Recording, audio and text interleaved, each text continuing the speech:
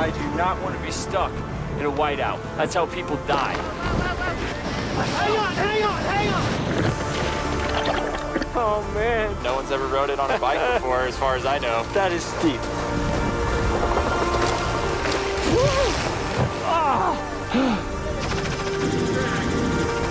Incredible.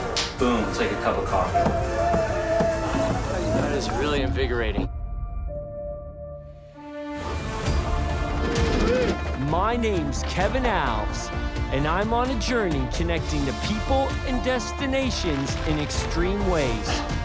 I got a thirst for adrenaline, and I'm on the hunt for my next fix. Forget middle of the road, let's go unpaved.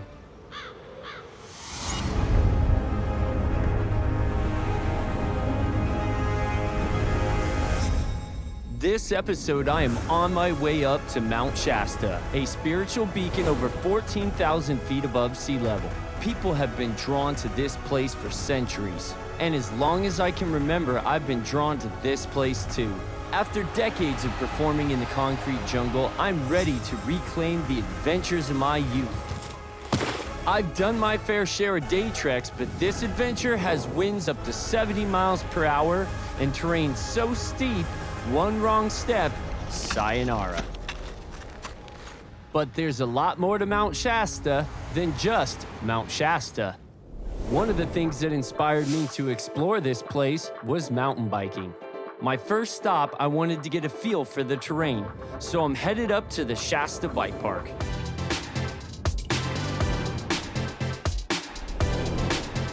I'm meeting with Taylor, a local expert who will guide me on how to navigate this difficult landscape. Kevin, how's it going? Good, how are you doing? Doing well. We have a volcanic type dirt that's really loose. A lot of people call it moon dust. Okay. And it's challenging, but super fun. Moon dust, and I didn't even have to leave Earth to find it. Taylor and I are heading up the main lift for a quick warm-up run and get a feel for this challenging dirt.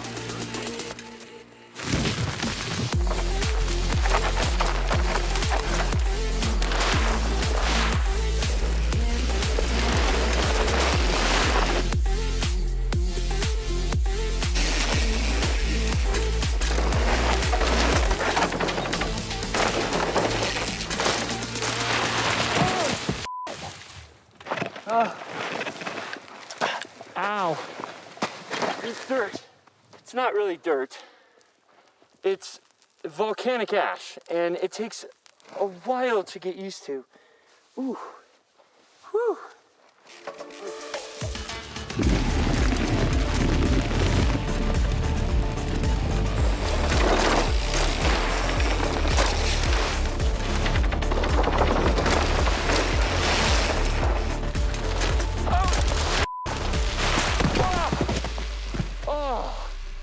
Oh. You all right, Kevin?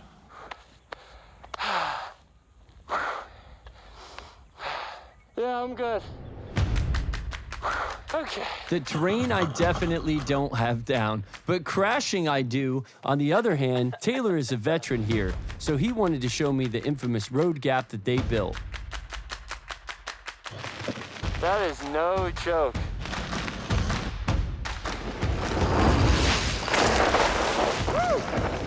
Dude, that looks so sick. That was awesome. I see that's why you got the little punching bag. Yes, Or the tree pads are there for that exact reason. So, you know, at least it's a somewhat safe road gap. Okay, that was a nice warm-up, but Taylor had a special treat. We're taking the Ranger. We're gonna check out the backside of Coyote, which has never been ridden on a bike before. A first descent, truly the unpaved way. Ooh.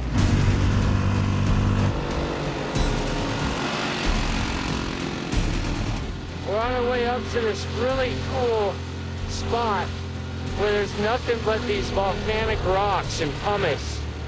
And it's extremely steep. And the only way to get there is via an ATV six-wheeler. You know, yeah, this is gonna be free ride for sure. As we ascended this steep face, one thing became clear. I have lost my mind, boldly going where no man has gone before.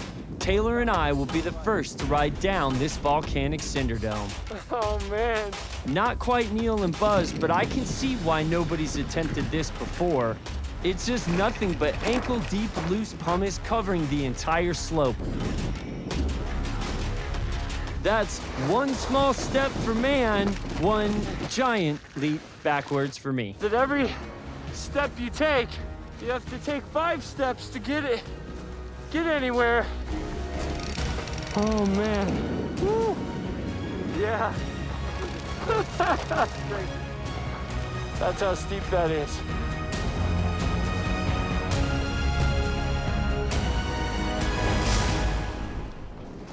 This is the first ever descent of the backside of this cinder dome. No one's ever rode it on a bike before, as far as I know. So this is gonna be, That is steep. it's steep. Yeah, this looks pretty crazy. Over here, you can't even see how steep. Do you want to walk? Let's walk over here. Yeah, like I think. Because I think this is too steep, honestly. Go straight down that. Yep. What are we doing?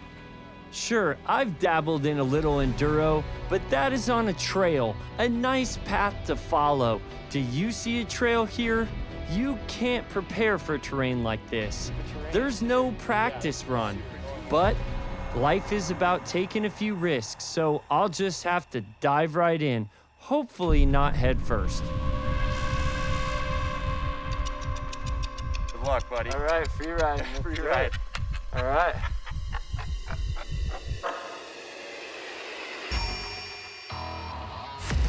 Let's send it. Let's hit it. Oh, man. Oh, my God.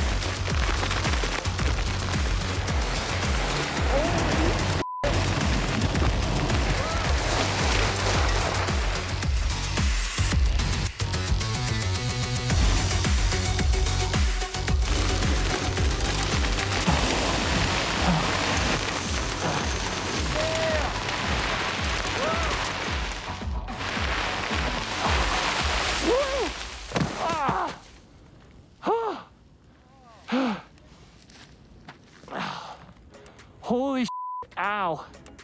Woo. Wow, what a rush. Free riding is like a double shot of pure adrenaline straight to the heart. Now that I've tried this crazy sport, I cannot wait to explore it further. Yeah, it's scary at first, but about halfway down, your mind moves into hyper focus and it makes you feel alive. Woo. Dude. Oh my goodness, that was the steepest thing I've ever ridden.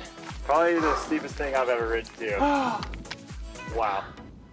It's been a lot of fun, man. That is some unique riding right there.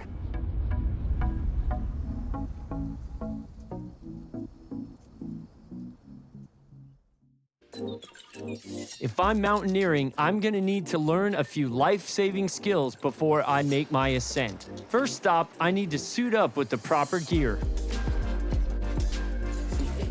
Step. It's like a mini walking stick. It's a mini walking It's very dangerous. Yeah.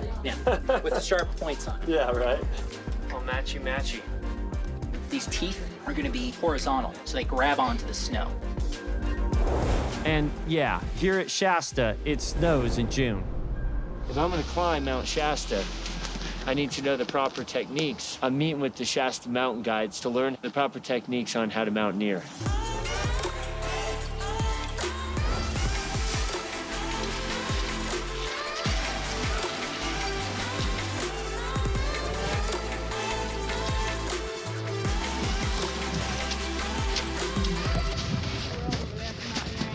After hiking up to the lower glacier, we spent the first part of class learning about nutrition, weather conditions, and mountain safety.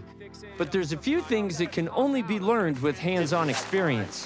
All right, Nick, so are we about to do the fun part here? Yeah, this should be the fun part. We're gonna do some sliding in the snow. We're gonna learn primarily how to stop ourselves if we fall and we need to self-arrest with the axe. All right, here we go. Now we're learning how to self-arrest. Let's each take a few steps up and slide a little bit and get a little speed going. Nice. Well, all right. We did it once, let's try it. Whoa! That was close. Ice axes are dangerous. We all signed waivers before this, so. If you're gonna fall, you don't always have a choice which way that is. Face first down the slope. So, face first, Bombs away! backwards, and upside down. We had to learn them all. Falling backwards. Whoa! It's the art of falling gracefully, I guess. Nope, I failed that one miserably. Bring that hip up, but keep your feet in the air. Okay, Keep my hip snap. Otherwise, that felt more graceful. Did it look graceful? yeah, that was perfect. Textbook. Does anyone think of when it might not be a good idea to glissade? When there's not snow. Yeah, when there's not snow. You're totally welcome to. You're not gonna go very fast. Yeah, so if there's a cliff or crevasses below you or you don't know, we never glissade if there's a cliff below us. This is definitely not a set of skills I would want to have figured out on my own. And with my lack of mountaineering skills, something's telling me I'd be needing to remember what I learned here very soon. I've spent my time here so far working on the physical and pushing my body, but this place also operates on a different wavelength.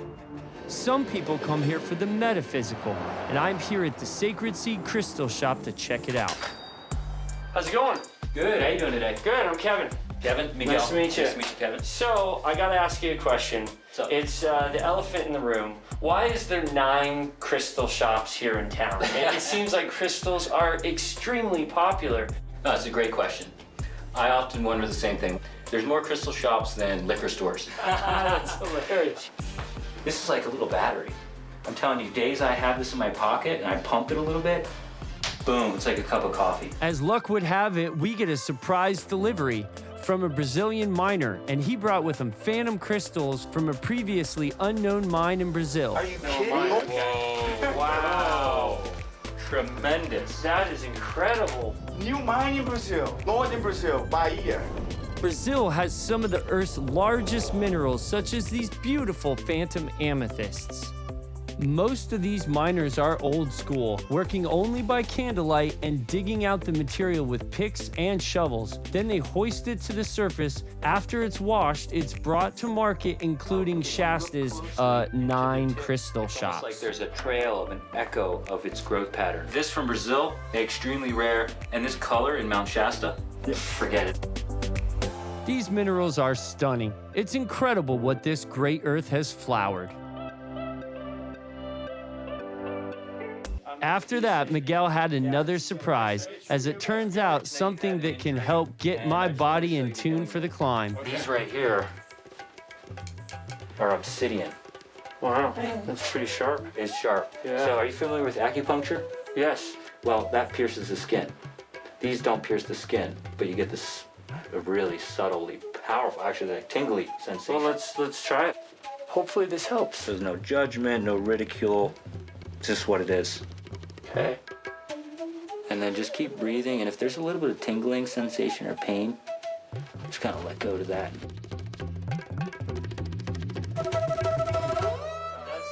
After that transcendent experience on Miguel's acupressure table, he invited me to his sound farm. Sound farm? He promised me something unique, especially since I come from the world of music. We're up in Mount Shasta, we should have mountain goats. Yeah, right? Meh. I'm gonna give you a little bit of this smoking Palo Santo. I got some sage. Just bless yourself. A lot of these are replicas of antique instruments that have been found in tombs from Peru, New Zealand, Mayan.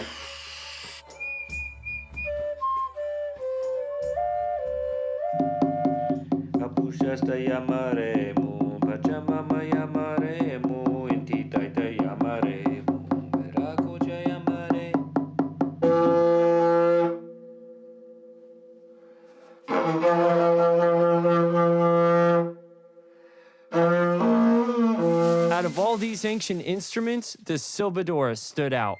This whistle vessel is from a pre-Incan culture lost in time. It's breathing. They found that there's a little whistle in the tip. We just don't even know how the hell they knew how to do it. Over 2,000 years ago, ancient cultures were blowing condor quill pipes, pouring water through silbadoras, rustling dried leaves, and puffing bamboo flutes in order to balance the body, mind, and spirit. To the ancients, sound healing is the original medicine. These are signals to the natural world to say, hey, we're over here. Can you help us out? My friend here needs a little help. Boom.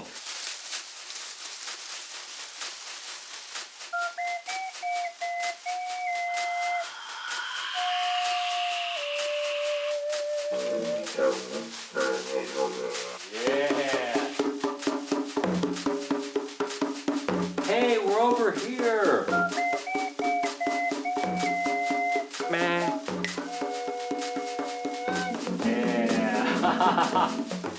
Oh, yeah.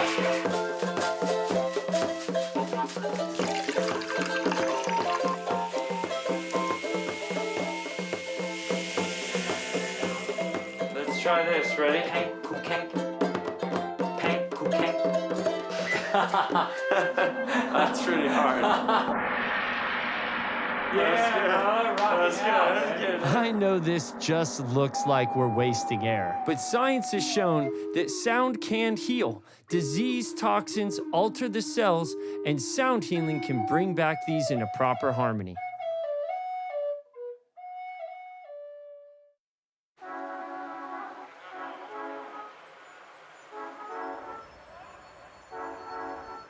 I needed a little fix of my daily dose of adrenaline, so I'm headed up to the state border to learn what it's like to be a rafting guide in some crazy Class 5 rapids.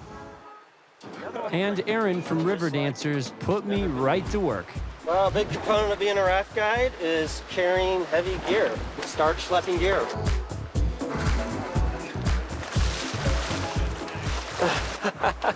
This is like a giant mattress pump. Well, it shouldn't compress that much. I shouldn't be able to make a crease. And the last thing we want to do is taco. We don't want a taco. We don't want a taco. No. I like tacos, but not in this not situation. this kind of taco. Better? Yep. Aaron, is this good? You want to check that? This is the Klamath River. We are between Copco Dam and John C. Boyle Dam. It runs about 12 miles that we're going to do today. For thousands of years, this lush area has been a life-giving source to its local tribes. But in the 1900s, a series of dams were built, which created an ecological disaster for those who depended on these waters for the fish it produced. What used to be hundreds of thousands of salmon caught per year has dwindled to only a few hundred. By cutting off the natural flow of the river, the water heats up. Warmer water means more disease, making it less likely that the fish will reach their destination to lay their eggs. There is currently an effort to remove 4 of the most invasive dams. But one of the byproducts of these dams is a series of Class 5 rapids that is equally thrilling and challenging. While these rapids are still here, I'm gonna take my best shot at conquering this river. This is a super fun, action-packed section. There are some challenging rapids. We have Caldera Rapid, Satan's Gate, Hell's Satan's Corner. Yeah, no. So you can tell by the names of those rapids. No joke. They're no joke. Now it was finally time for me to take the wheel, or oars, and learn what it takes to navigate these rapids.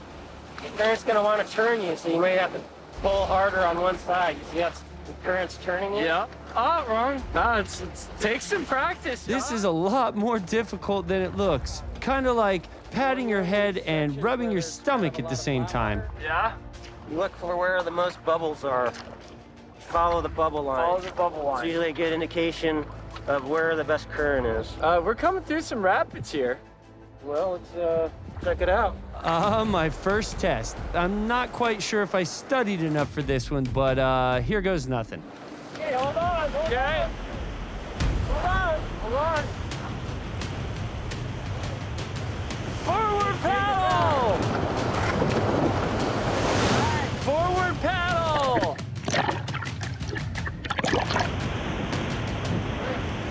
Good? Very good. Nice. I made it through my first rapid as a guide. Good job. You're And I right. even got to boss you around and yell at you a little bit. Well, that was fun, but some serious rapids are up ahead, so it's probably time to let Aaron take the helm. Our first order of business is scouting out our first Class 5 rapid. We are going to scout Caldera Rapid, which is the first of the big ones, like a big boiling pot of water, hence the name. We always like to scout this one, particularly our first time down it this year. So we Whoa, wanna there's take a snake. Watch out. The garter snake? That's pretty big for a garter snake. It's huge. There it is. Oh my goodness. A lot of whitewater to get through. That's no joke. I feel good about the water level, so I think we should go do it. All right. Okay, we've got the all clear. Now is when things get really exciting. You enter this, I'm gonna call hold on, you're gonna hold on, and then you're gonna get ready to paddle. I love you guys. I love you guys. Here it is. Caldera. Forward!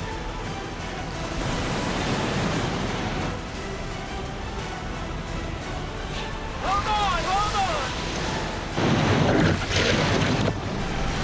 Back paddle, back paddle. Hold on, hold on.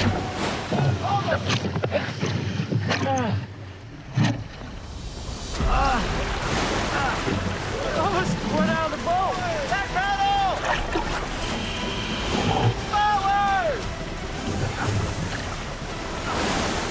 Forward. Go. Go. Go.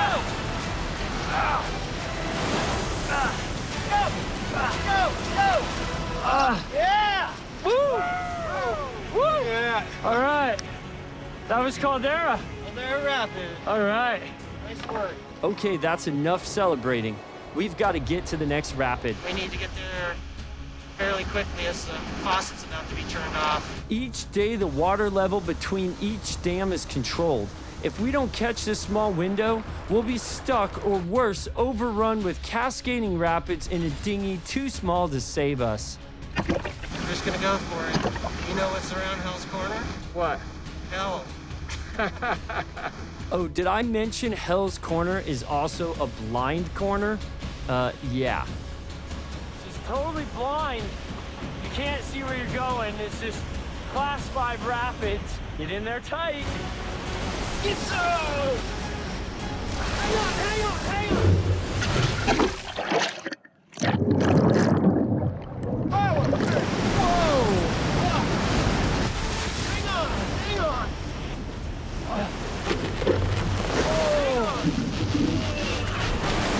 Forward!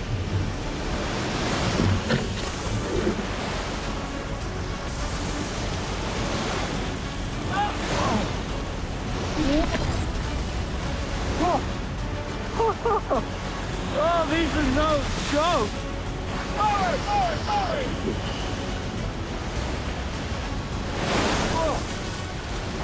Keep going! Nice! Yeah, paddle high five! Yeah! Holy wow! I'm exhausted. Look at that!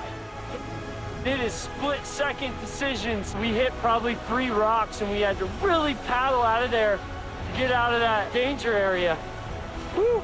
All right, forward! All right. Well, nobody fell out of the boat, nobody got hurt, mission Yeah, I made it success. through, Satan's Gate, Caldera, and Hell's Corner. Sure, man. Yeah, man. Naturally, there's only one more thing to do. Have some cold drinks with new friends. Cheers, guys. Cheers. Yeah. It's a successful day on the river, yeah.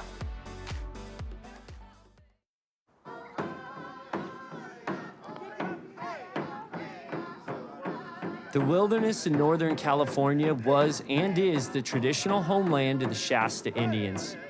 The native inhabitants always felt that the mountain was sacred. To them, Mount Shasta was the center of creation, and descendants of these tribes still live here and carry on some of these ancient rituals. This is special. Normally, outsiders like myself would not be included in this ceremony. So I stood back and let them start off with a song. You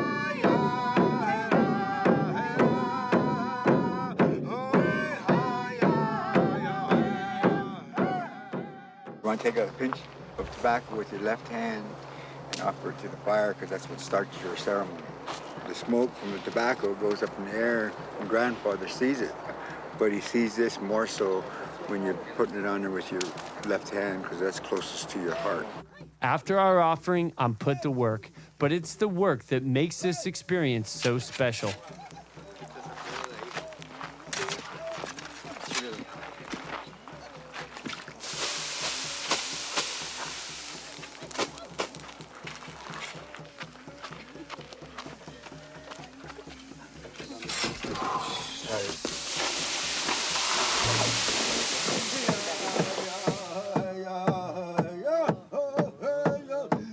This heat is extreme, but surprisingly, after a few minutes of discomfort, I wanted more.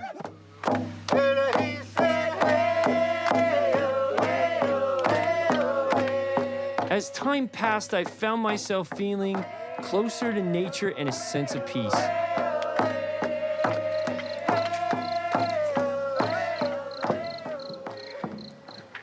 That's all you.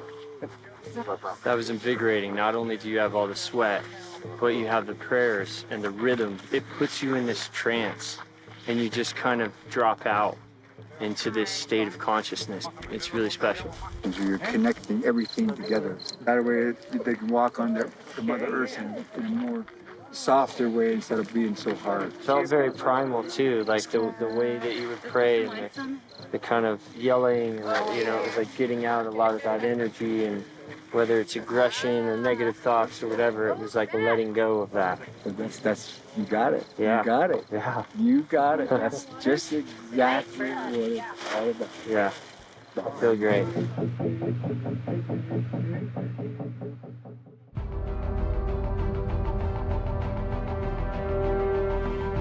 I feel the summit drawing me closer. I can hear her icy winds call my name. I have a taste for the terrain, the people, and the history. But as I'll soon discover, I have a lot more to learn if I'm to summit Mount Shasta. Next time on Unpaved. 50-mile-an-hour winds on the summit are gonna be a problem. Was hypothermic the next day. The wind has really picked up. Probably like 45-mile-an-hour gusts. Would you look at that? I mean, if you fall, you're going down a ways.